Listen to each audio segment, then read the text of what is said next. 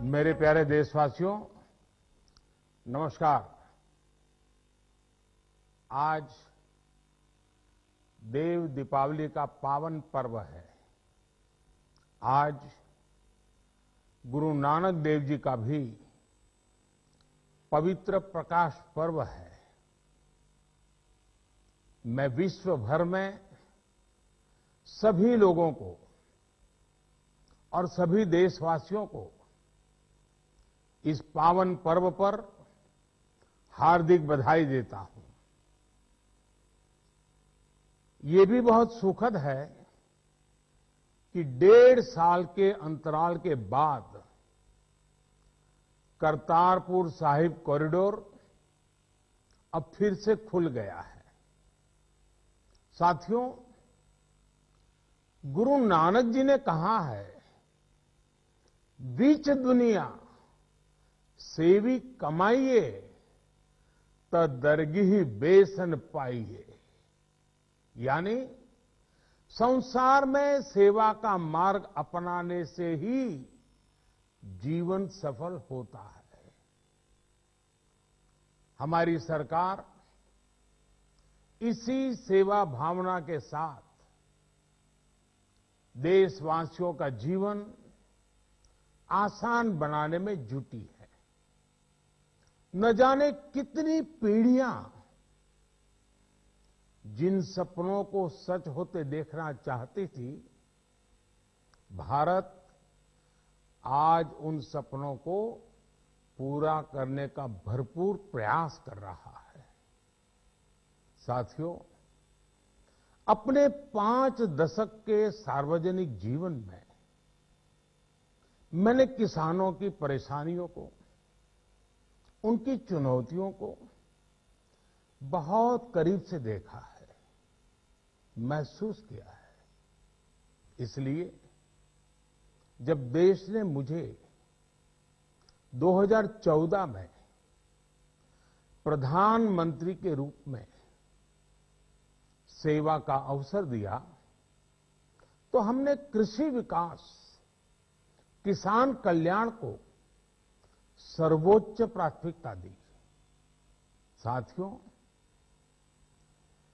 इस सच्चाई से बहुत लोग अनजान हैं कि देश के 100 में से 80 किसान छोटे किसान हैं। उनके पास 2 हेक्टेयर से भी कम जमीन है। आप कल्पना कर सकते हैं, इन छोटे किसानों की संख्या 10 करोड़ से भी ज्यादा है।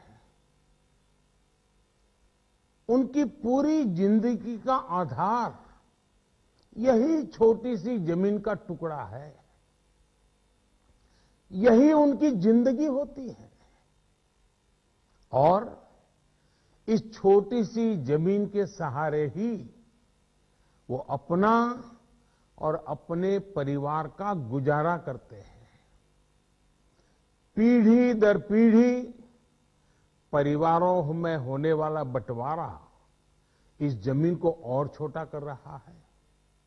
इसलिए देश के छोटे किसानों की चुनौतियों को दूर करने के लिए हमने बीज, बीमा, बाजार और बचत, इन सभी पर चौतरफा काम किया। सरकार ने अच्छी क्वालिटी के बीज के साथ ही किसानों को neem coated urea, soil health card, micro irrigation जैसी सुविधाओं से भी जोड़ा। हमने 22 करोड़ सॉइल हेल्थ कार्ड किसानों को दिए और इस वैज्ञानिक अभियान के कारण एग्रीकल्चर प्रोडक्शन भी बढ़ा। साथियों, हमने फसल बीमा योजना को अधिक प्रभावी बनाया। उसके दायरे में ज्यादा किसानों को लाए।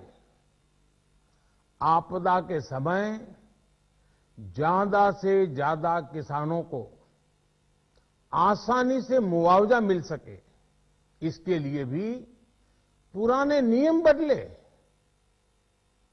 इस वजह से बीते 4 साल में 1 लाख करोड़ रुपए से अधिक का मुआवजा हमारे किसान भाई बहनों को मिला है। हम छोटे किसानों और खेत में काम करने वाले श्रमिकों तक बीमा और पेंशन की सुविधाओं को भी ले आए। छोटे किसानों की जरूरतों को पूरा करने के लिए सीधे उनके बैंक खातों में 1,62,000 करोड़ रुपए ट्रांसफर किए, सीधे उनके खाते में। साथियों, किसानों को उनकी मेहनत के बदले उपज की सही कीमत मिले, इसके लिए भी अनेक कदम उठाए गए।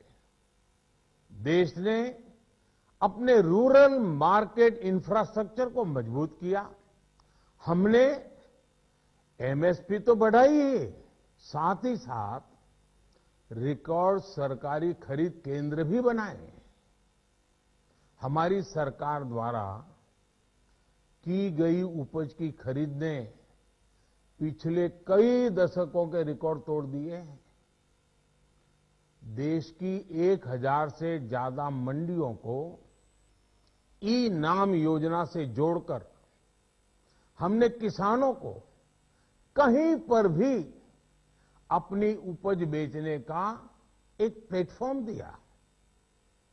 और इसके साथ ही देश भर की कृषि मंडियों के आधुनिकीकरण पर भी हमने करोड़ों रुपए खर्च किए। साथियों, आज केंद्र सरकार का कृषि बजट पहले के मुकाबले 5 गुना बढ़ गया है। हर वर्ष 1.25 लाख करोड़ रुपए से अधिक कृषि पर खर्च किए जा रहे हैं।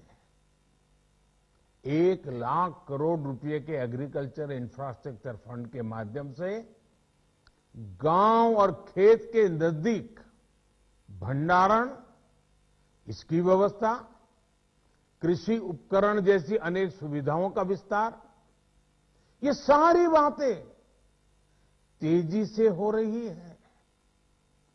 छोटे किसानों की ताकत बढ़ाने के लिए 10,000 एफपीओ किसान उत्पादक संगठन बनाने का अभियान भी जारी है। इस पर भी करीब 7,000 करोड़ रुपए खर्च किए जा रहे हैं। माइक्रो इरिगेशन फंड के आवंटन को भी 2 गुना करके 10,000 करोड़ रुपए कर दिया गया है। हमने क्रॉप लोन भी 2 गुना कर दिया, तो इस वर्ष 16 लाख करोड़ रुपए हो जाएगा। अब पशुपालकों को मछली पालन से जुड़े हमारे किसानों को भी किसान क्रेडिट कार्ड का लाभ मिलना शुरू हो गया है। यानी हमारी सरकार किसानों के हित में हर संभव कदम उठा रही है, लगातार एक के बाद एक नए कदम उठाती जा रही है। किसानों की आर्थिक स्थिति सुधरे, उनकी सामाजिक स्थिति मजबूत हो, इसके लिए पूरी ईमानदारी से काम कर रही है। साथियों, किसानों की स्थिति को सुधारने की इसी महाअभियान में देश में 3 कृषि कानून लाए गए थे। मकसद ये था कि देश के किसानों को, खासकर छोटे किसानों को और ताकत मिले, उन्हें अपनी उपज की सही कीमत और उपज बेचने के लिए ज्यादा से ज्यादा विकल्प मिले। बरसों से ये मांग देश के किसान, देश के कृषि विशेषज्ञ, देश के कृषि अर्थशास्त्री, देश के किसान संगठन लगातार कर रहे थे। पहले भी कई सरकारों ने इस पर मंथन भी किया था। इस बार भी संसद में चर्चा हुई, मंथन हुआ और ये कानून लाए गए। देश के कोने कोने में कोटि कोटि किसानों ने, अनेक किसान संगठनों ने इसका स्वागत किया, समर्थन किया। मैं आज उन सभी का बहुत बहुत आभारी हूं, धन्यवाद करना चाहता हूं। साथियों, हमारी सरकार किसानों के कल्याण के लिए, खासकर छोटे किसानों के कल्याण के लिए, देश के कृषि जगत के हित में, देश के हित में, गांव गरीब के उज्जवल भविष्य के लिए पूरी सत्यनिष्ठा से, किसानों के प्रति पूर्ण समर्पण भाव से, नेक नियत से ये कानून लेकर आई थी। लेकिन इतनी पवित्र बात, पूर्ण रूप से शुद्ध किसानों के हित की बात, हम अपने प्रयासों के बावजूद कुछ किसानों को समझा नहीं पाए। भले ही किसानों का एक वर्ग ही विरोध कर रहा था, लेकिन फिर भी ये हमारे लिए महत्वपूर्ण था। कृषि अर्थशास्त्रियों ने, वैज्ञानिकों ने, प्रगतिशील किसानों ने भी उन्हें कृषि कानूनों के महत्व को समझाने का भरपूर प्रयास भी किया। हम पूरी विनम्रता से, खुले मन से उन्हें समझाते रहे। अनेक माध्यमों से व्यक्तिगत और सामूहिक बातचीत भी लगातार होती रही। हमने किसानों की बातों को, उनके तर्क को समझने में भी कोई कोर कसर बाकी नहीं छोड़ी। कानून के जिन प्रावधानों पर उन्हें ऐतराज था, सरकार उन्हें बदलने के लिए भी तैयार हो गई। 2 साल तक हमने इन कानूनों को सस्पेंड करने का भी प्रस्ताव दिया। इसी दौरान ये विषय माननीय सर्वोच्च न्यायालय के पास भी चला गया। ये सारी बातें देश के सामने है, इसलिए मैं इनके अधिक विस्तार में नहीं जाऊंगा। साथियों, मैं आज देशवासियों से क्षमा मांगते हुए सच्चे मन से और पवित्र हृदय से कहना चाहता हूं कि शायद हमारी तपस्या में ही कोई कमी रही होगी, जिसके कारण दिए के प्रकाश जैसा सत्य कुछ किसान भाइयों को हम समझा नहीं पाए। आज गुरु नानक देव जी का पवित्र प्रकाश पर्व है। ये समय किसी को भी दोष देने का नहीं है। आज मैं आपको, पूरे देश को ये बताने आया हूं कि हमने 3 कृषि कानूनों को वापस लेने का, रिपील करने का निर्णय लिया है। इस महीने के अंत में शुरू होने जा रहे संसद सत्र में, इसी महीने में, हम 3 कृषि कानूनों को रिपील करने की संवैधानिक प्रक्रिया को पूरा कर देंगे। साथियों, मैं आज अपने सभी आंदोलनरत किसान साथियों से आग्रह कर रहा हूं, आज गुरु पर्व का पवित्र दिन है। अब आप अपने अपने घर लौटें, अपने खेत में लौटे, अपने परिवार के बीच लौटे। आइए एक नई शुरुआत करते हैं, नए सिरे से आगे बढ़ते हैं। साथियों, आज ही सरकार ने कृषि क्षेत्र से जुड़ा एक और अहम फैसला लिया है।